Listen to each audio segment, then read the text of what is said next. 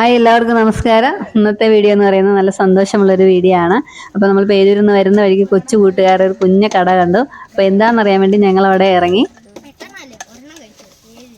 അപ്പോൾ വണ്ടി നിർത്തി ഞങ്ങൾ അവിടെ ചെന്നപ്പോഴാണ് എന്തൊക്കെയാണെന്ന് ഞങ്ങൾ ചോദിച്ചപ്പോൾ സോഡ നാരങ്ങയും നാരങ്ങ വെള്ളവും 3-4 സൈസ് ഐറ്റംസ് ഉപ്പിലിട്ടതൊക്കെ ഉണ്ടായിരുന്നു. അപ്പോൾ നാരങ്ങ വെള്ളം എടുക്കുന്ന സമയത്ത് ഞങ്ങൾ ഒത്തിരി സംസാരിച്ചു, ഒത്തിരി സന്തോഷം തോന്നി. നമ്മുടെ കുട്ടിക്കാലമൊക്കെ ഓർമ്മ വന്നു. വളരെ മനോഹരമായ ഒരു അന്തരീക്ഷവും ഒക്കെ ആയിരുന്നു.